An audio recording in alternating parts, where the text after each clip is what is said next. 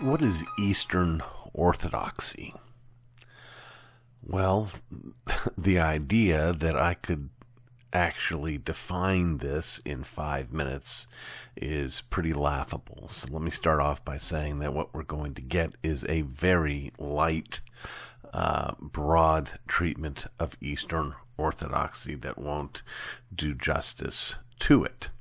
But there's a second problem that even if we had 5,000 years, I think I would have a very difficult time defining Eastern Orthodoxy, because one of the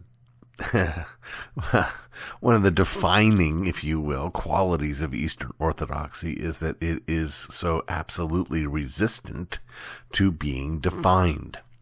That Eastern Orthodoxy, while at one and the same time affirming its commitment to what it calls the seven great ecumenical councils, nevertheless, beyond that, it has a very difficult time nailing down anything that it actually believes. That is, because church tradition is part of, or not just part of, but central to the final authority in Eastern Orthodoxy.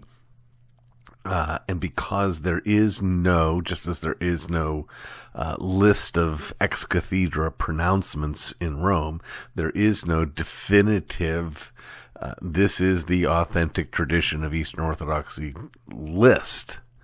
So you've got, on the one hand, an absolute authority vested in men because it's vested in tradition. In the other hand, you have men, not man. That is, you have multiple people representing various traditions. One way you know that you have run across some Eastern Orthodox folk is typically you'll find them arguing with each other and quoting competing church fathers.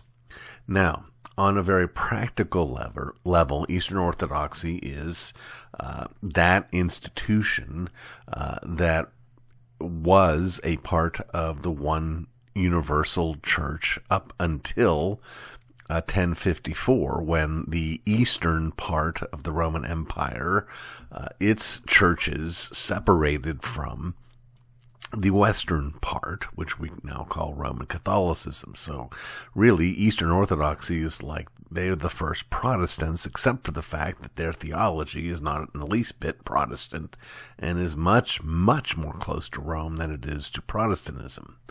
One of the things that they rejected, however, with respect to Rome, was the primacy of the Roman Pope. That is, they said this Pope's no more authoritative than any of the other bishops of any of the other regions that are part of the Orthodox Church.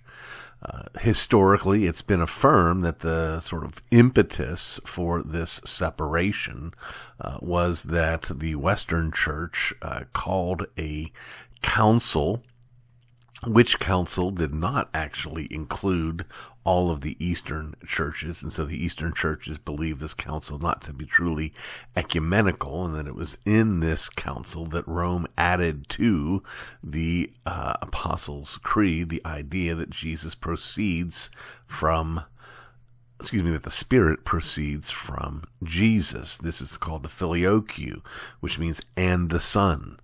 So when we say Jesus, or the Spirit proceeds from the Father and the Son, that and the Son was added later.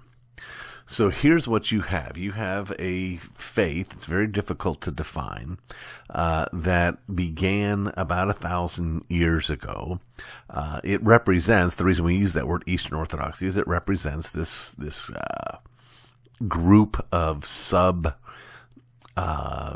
bishoprics, if you will, or patriarchates, including the Russian Orthodox, the Greek Orthodox, the Serbian Orthodox, the Antiochian Orthodox, and there's a few more as well.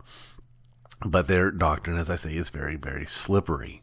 I will say this in the limited time I have left, that their understanding of salvation, at least to this student, looks profoundly much more ontological than moral. That is, the problem with man is not that he is wicked, but that he is less than. That in a very real sense, the center of Eastern Orthodoxy's understanding of salvation is more the incarnation than the crucifixion. Jesus, the second person of the Trinity, becoming man, is what the story is all about, according to Orthodoxy. I am out of time. I'm sorry. Again, I don't want to offend anybody. I don't think it's sound. I don't think it's appropriate. I don't think it's biblical. I don't think it's, in principle, significantly different from all the weaknesses that Rome has. And it even has an additional weakness that it is profoundly unclear. But thought you should know.